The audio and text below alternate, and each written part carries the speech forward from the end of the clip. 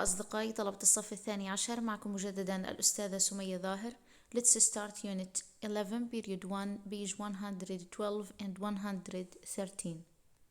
Let's start Unit 11 Different Places Different Ways.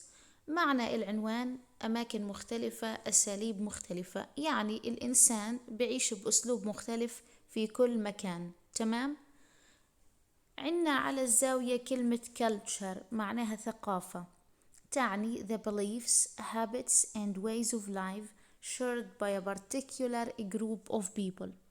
الثقافة هي المعتقدات والعادات وأساليب الحياة التي يتشاركها مجموعة من الناس. هذا التعريف مهم جدا. طبعا شو معنى لما أنا بحكي ثقافة فلسطينية، ثقافة إسلامية، ثقافة مصرية؟ هذا معناه أنه بس المصريين عندهم هاي العادات أو أسلوب الحياة أو النمط المعيشي. تمام؟ إذا عندنا الثقافة خاصة بدولة معينة أو مكان معين أو ديانة حتى معينة. Activity number 1. Read the definition, then discuss the question below in pairs or small groups. What do you think are the main things that go together to make the culture of Palestinians؟ هنا بيحكي لي ما الأشياء الرئيسية التي تأتي معا لتشكل ثقافة الفلسطينيين. الثقافة الفلسطينية عنا بتتشكل من شو؟ بتتشكل من بعض العادات والتقاليد، من بعض العادات، من بعض أنماط المعيشة. تمام؟ هنا مطلوب منكم أنتوا تجاوبوا الثقافة الفلسطينية بتاعتنا بتتشكل من شو. طبعا عندنا إحنا الثوب الفلسطيني، عندنا إلها علاقة برضو بالملابس. الثقافة زي الثوب الفلسطيني والكوفية برضو إلها علاقة بالأكل، بالطعام، بالفود، زي عندنا المفتول وبعض الأكلات الفلسطينية المشهورة.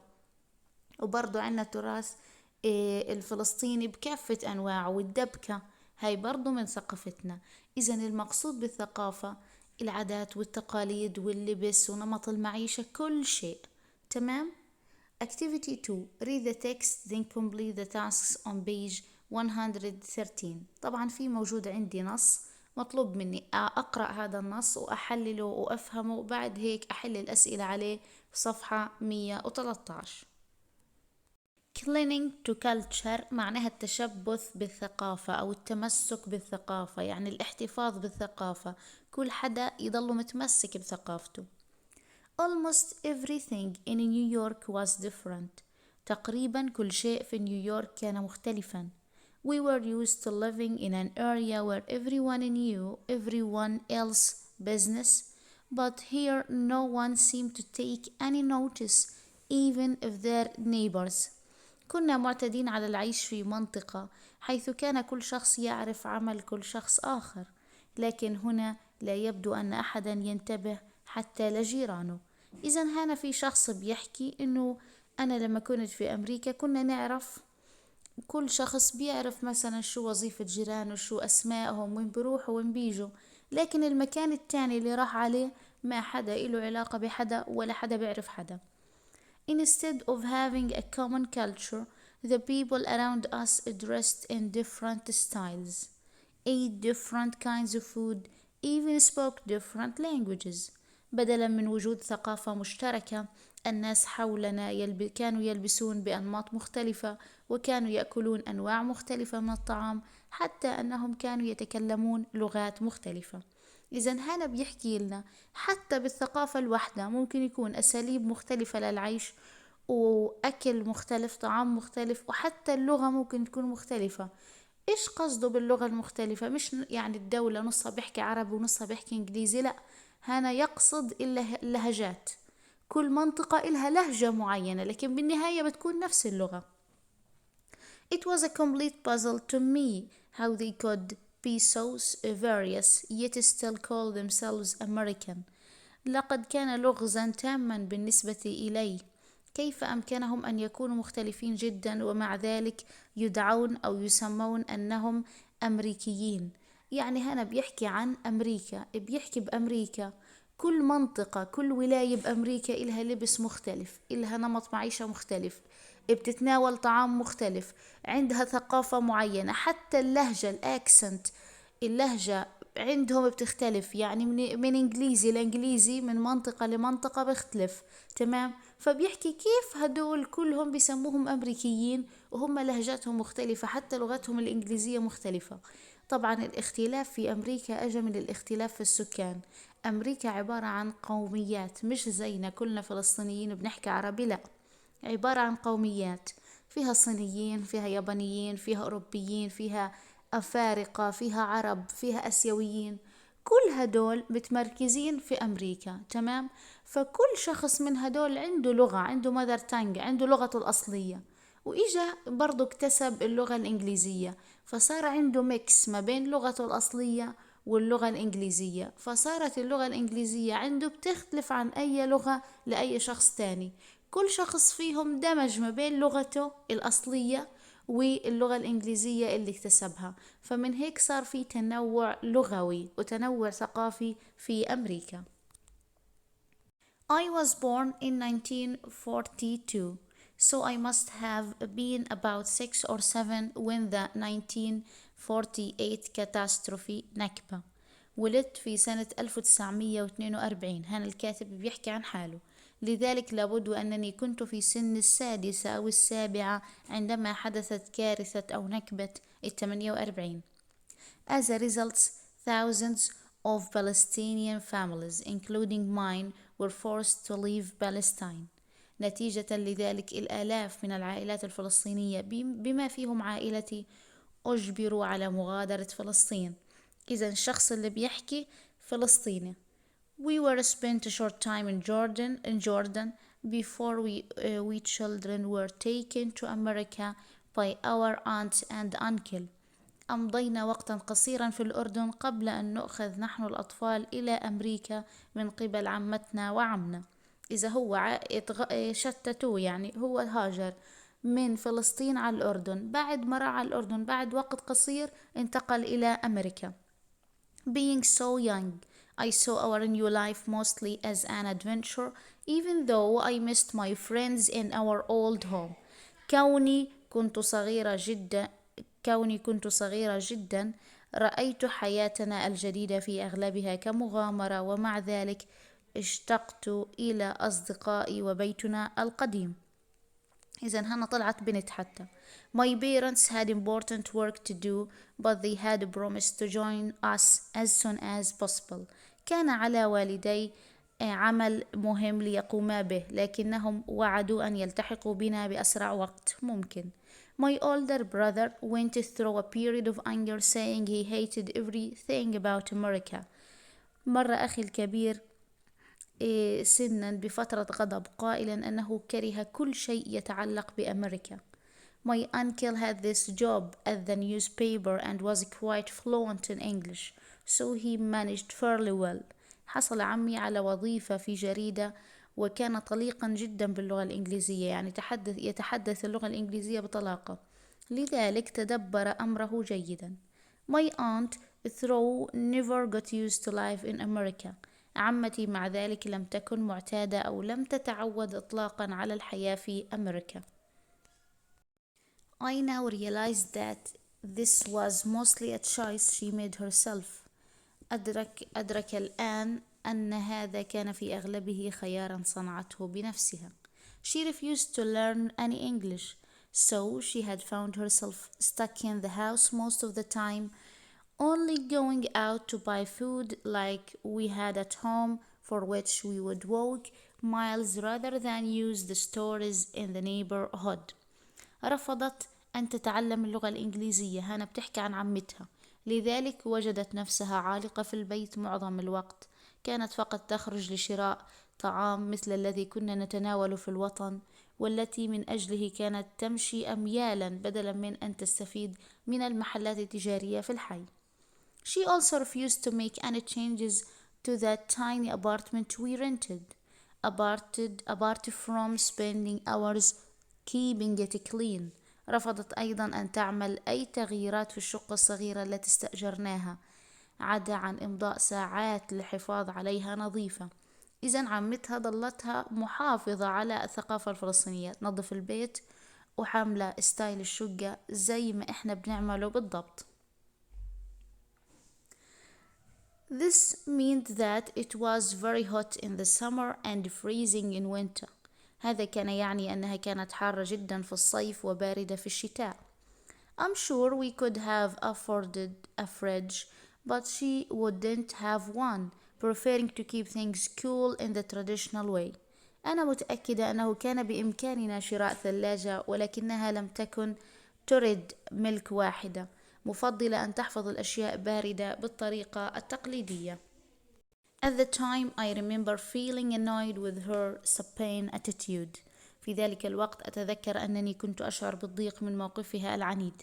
But now looking back I know I should have realized what it was, a sign of her deep feeling of loss. لكن الآن إذا نظرنا إلى الوراء أعلم أنه كان ينبغي أن أدرك ماهية أو حقيقة موقفها، والذي كان إشارة إلى الشعور العميق بالفقدان، يعني فقدان البلد. In one way, I now understand she was clinging to the way of life that had been taken from her. بطريقة ما أنا أفهم الآن أنها كانت متشبثة بطريقة حياة قد سلبت منها. Mainly, though, her refusal to become accustomed to living in America was an expression of her conviction that our situation was only temporary. بشكل رئيسي مع ذلك رفضها أن تصبح معتادة على العيش في أمريكا كان تعبيرا على اقتناعها بأن حالنا كان فقط مؤقتا. Don't get used to all this, she often told us, because it won't last. We will be going home soon. لا تعتادوا على كل هذا، غالبا ما كانت تخبرنا، لأنه لن يدوم، سنعود إلى الوطن قريبا. إذا هنا بيحكي عن قصة عائلة هجرت من فلسطين على الأردن وبعد هيك على أمريكا، بتحكي عن تجربتها بأمريكا وكيف إنهم ضلهم متمسكين بالثقافة الفلسطينية. Activity number 1. Replace the underlined parts of the sentences with words or phrases from the text. The sentences are in the same order as the words and phrases in the text. مطلوب مني في هذا السؤال عندي 6 كلمات مخطوطة، مطلوب أجيب معناهم باللغة الإنجليزية من النص. Number 1. The reason for her decision is still a hard thing to explain. السبب وراء قرارها لا يزال صعب التوضيح أو لا يزال لغزا. طبعا شو الكلمة اللي مرت معي بمعنى لغز؟ كلمة puzzle. Number 2. She's able to express herself easily in several languages. هي تستطيع أن تعبر عن نفسها بسهولة في عدة لغات. معناها هي تتحدث بطلاقة بعدة لغات، بتساوي كلمة fluent. Number 3. I don't know why you are being so unwilling to change your mind. أنا لا أعلم لماذا أنت غير مستعد لأن تغير رأيك. هنا معناها stubborn، عنيد. Number 4. He spent 2 hours holding on tightly to the rock before he was saved. هو أمضى ساعتين متشبثا بالصخرة متمسكا بها، يعني قبل أن يتم إنقاذه. كلمة holding on بتساوي كلمة clinging. When you live in another country there are many things you have to get used to. عندما تعيش في بلد آخر هناك الكثير من الأشياء التي عليك الاعتياد عليها. Get used to بتساوي become accustomed to، يعني تعتاد على. 6. He has a strong belief that what is he doing is the right thing. لديه اقتناع أن الشيء الذي يقوم به هو الشيء الصحيح. كلمة strong belief بتساوي كلمة conviction، اقتناع. Activity 2. Answer the questions. Number 1. What was the main difference the writer noticed between Palestine and New York? ما الاختلاف الأساسي الذي لاحظه الكاتب بين فلسطين ونيويورك؟ طبعا الاختلاف الأساسي there wasn't a common culture in New York، إنه ما في ثقافة مشتركة أو موحدة في نيويورك زينا. Number 2. What did she find especially surprising؟ ماذا وجدت الشيء المدهش؟ شو الإشي اللي أدهشها أو أذهلها في أمريكا؟ The Americans were different but they still called Americans. إنه الأمريكيين مختلفين في نمط المعيشة، في اللغة، في الشكل، في المظهر، في اللبس، لكن كلهم يدعوا أمريكيين. Number 3. Why did the family move to another country؟ ليش العائلة غادرت إلى دولة أخرى؟ زي ما حكينا راحت على الأردن وبعدها على أمريكا. because of نكبة in 1948 بسبب النكبة التي حدثت في 1948.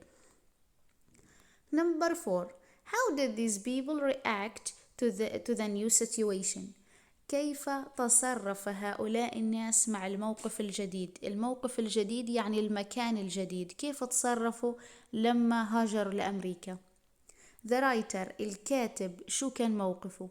The writer thought it was an adventure. رأي الكاتب إنها كانت مغامرة.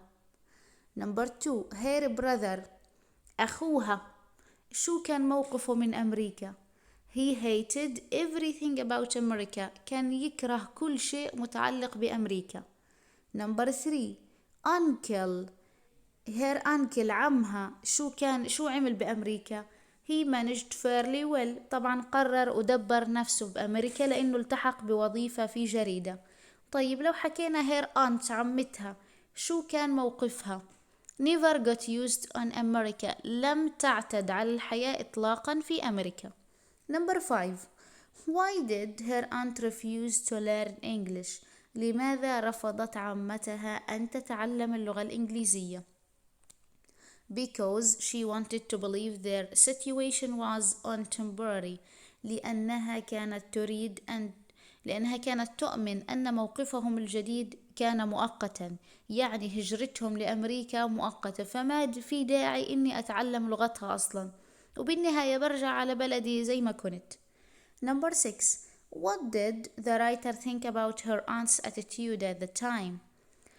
عنا ماذا اعتقدت الكاتبة عن موقف عمتها في ذلك الوقت؟ She felt annoyed. كانت منزعجة أو تشعر بالضيق، كانت تنزعج من تصرف عمتها لأنها ما كانتش فاهمة هي ليش مش راضية تتعلم اللغة الإنجليزية. Number 7. How have the writer's feeling now changed? كيف تغير شعور الكاتبة الآن؟ يعني كيف تغير شعورها تجاه عمتها؟ She understands her aunt's feelings now. هي تفهم وتتفهم مشاعر عمتها الآن، إنه عمتها بتحكي إنها موقفهم أو سكناهم في أمريكا مؤقت، وبالنهاية هم هيرجعوا على بلدهم فلسطين، فما في داعي لا يتعودوا على مكان ولا على لغة ولا على أي شيء يتعلق بأمريكا. عندنا activity 3. discuss the questions in pairs or small groups. Number 1. what are the positive and negative points of living in another country? ما مزايا وعيوب العيش في دولة أخرى؟ هذا طبعا أنت بتناقشه مع زميلك في الصف أو مع الأنطي. Number 2. do you think children find it easier or more difficult to get used to new situations than adults? Why? هل تعتقد أن الصغار يجدون سهولة أو يكون عليهم أسهل أو أصعب أن يعتادوا على الموقف الجديد بالنسبة للكبار؟ يعني قصده هن يحكي لك مين بتعود بشكل أسرع، الكبار ولا الصغار على أي موقف جديد؟ and why لماذا؟ طبعا بهيك بنكون أنهينا الفيديو، أنهينا شرح الدرس الأول من وحدة 11. طبعا الوحدة 10 ملغية معاكم. تمام. if you have any questions write them on the comments. إذا عندكم أي أسئلة اكتبوها في التعليقات. goodbye, have a good day, best wishes.